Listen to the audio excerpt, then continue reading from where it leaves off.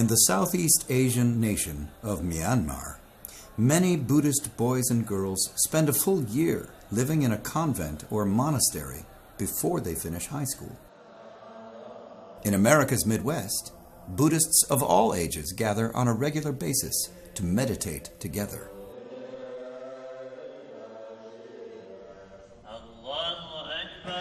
Worship takes place around the world in all kinds of spaces, including temples, mosques, synagogues, and churches. The community that forms around worship is one of many types of social organizations. Understanding social organizations helps us understand how to study a culture. What is a culture? A culture is a learned behavior acquired by individuals as members of a social group. As discussed in previous episodes, there are several universal elements that help us define a culture. They include social organizations, geography and natural resources, economic activities, and beliefs and values. Part of what defines a culture are shared beliefs, morals, customs, traditional practices, and a common language. The sum of the elements that unite a group of people is called a culture.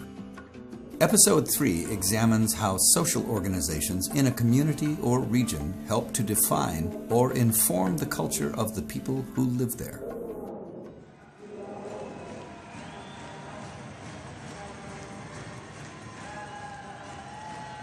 People come together for a variety of reasons, from protesting a government policy to watching a child's baseball game to participating in a lesson or lecture. Basic social organizations within different cultures include family units, religious groups, educational groups, recreational and work groups, government leadership groups such as political parties, and ethnic groups.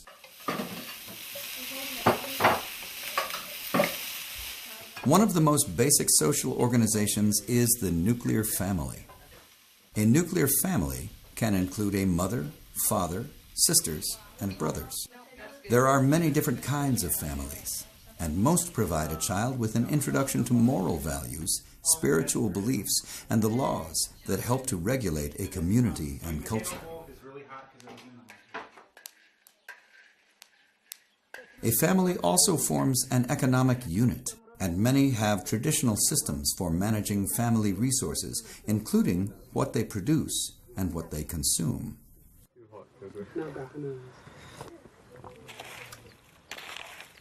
Within a family's economic unit, the division of labor between men and women, or between adults and children, can vary.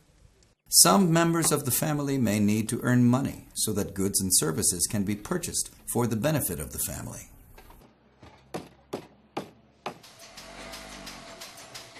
Other members of a family may need to care for the children or perform needed tasks for the home, such as sewing, cooking, shopping, or doing laundry. Sharing responsibilities within a family helps the economy of a family function well. People of many cultures engage in some type of spiritual belief or in a religious practice. The New Testament lesson today and the last couple weeks and in the week. Religious groups generally have their own philosophy, and some share common characteristics. Religious or spiritual groups are usually formed to assist worship and to reinforce a shared belief in a divine entity. May their home be a mikdash mayat, a miniature sanctuary. The shared beliefs of a religious practice and the gathering for worship or celebration often help to provide a sense of community for adults and children. There are many different religious practices around the world, and most bring people together. For example, Sufism, a mystical religious practice within the Muslim faith, is practiced in various parts of the world, including the United States. سمع الله لمن حمده.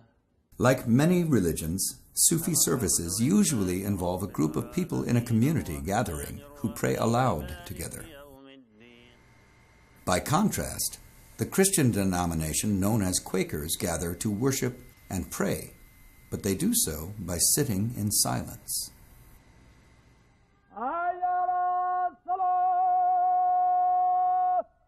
Some religious organizations have prescribed public behavior for their members.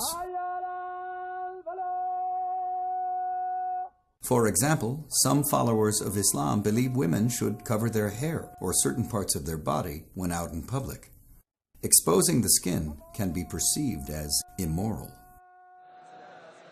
Individual customs, activities, or dress codes can be gender-specific in some cultures. In Myanmar, most young monks wear robes that are red or rust-colored, while most women wear robes that are a shade of pink.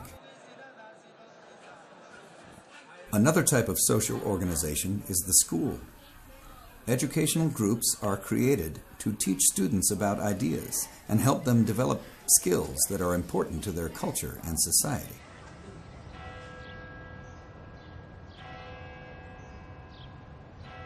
Formal education includes primary schools and colleges, such as Oxford University in England.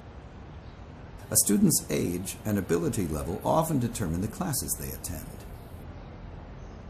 For those students who choose college, learning often goes beyond basic education to allow students to specialize their knowledge in particular areas of study. In some countries, children may want to attend school, but resources might be scarce. Books, teachers, and buildings may be in limited supply, and communities may have very little money to put toward a child's education.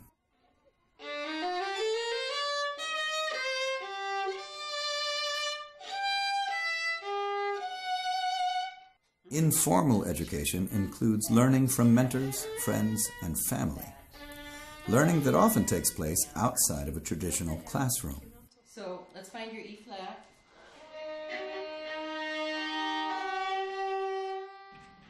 Today, people of all ages are also educated through various media, including television, video, apps, books, and newspapers. Governing bodies, such as the United States Congress in Washington, D.C., are also a type of social organization that helps to define a culture. Groups or individuals within a culture form governments to enact laws, protect people's rights, or, in some cases, to exert control. Most countries follow one of three major types of government: democracy, monarchy, or dictatorship.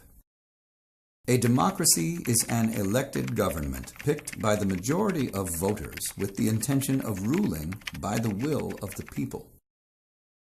A monarchy implies autocratic rule by a king or queen and members of a royal family. A dictatorship is a government ruled by one powerful leader, often against the will of the people. There are several variations on the three main types of government, and very few governments operate exactly the same way. In most democracies, including the United States, people are allowed to gather and to protest against laws or rules they do not like. Protest is one of many ways for groups to influence the votes or opinions of their legislators or leaders. Citizens of dictatorships are rarely allowed to gather together or to protest government policies. Members of a culture also gather into groups for recreation, as both participants and spectators. Sports and music provide a way for people to have fun while furthering their skills in teamwork and collaboration toward a shared goal. There it is, Logan. Good. Okay. Work-related groups also exist in most communities and companies as people gather together to facilitate the production and distribution of goods and services.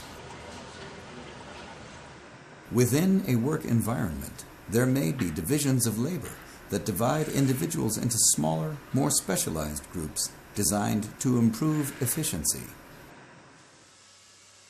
Workers in some communities also form labor unions to regulate work conditions and negotiate between management and the workforce.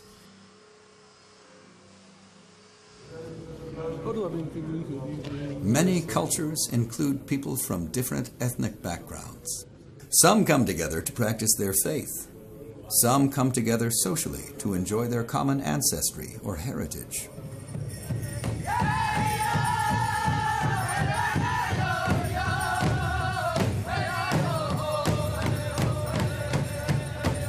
Social organizations based on ethnicity often help people maintain their common ties, such as dance, music, dress, history, or language. Ethnic groups and traditions can provide identity and unity for individuals who have experienced immigration. Immigration is the movement of people from one culture or country to another.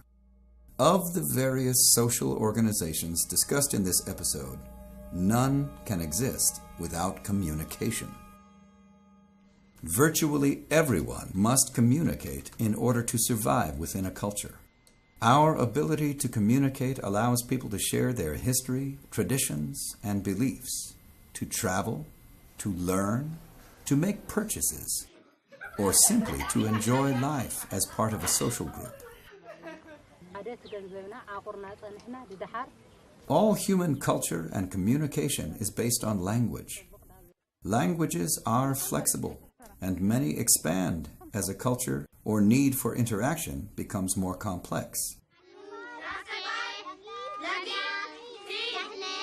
Children acquire cultural knowledge primarily through language. People are capable of learning a variety of languages, which will help them study and understand many cultures. The internet has become a very effective tool in allowing people to communicate from one culture to another. There are many elements to consider when learning to study a culture, including a culture's social organizations, geography and natural resources, beliefs and values, and economic activities. When exploring a culture's social organizations, it's important to know that there are several types, including family units, religious groups, educational groups, recreational and work groups, government leadership groups, and ethnic groups. It's important to remember that social organizations cannot exist without communication.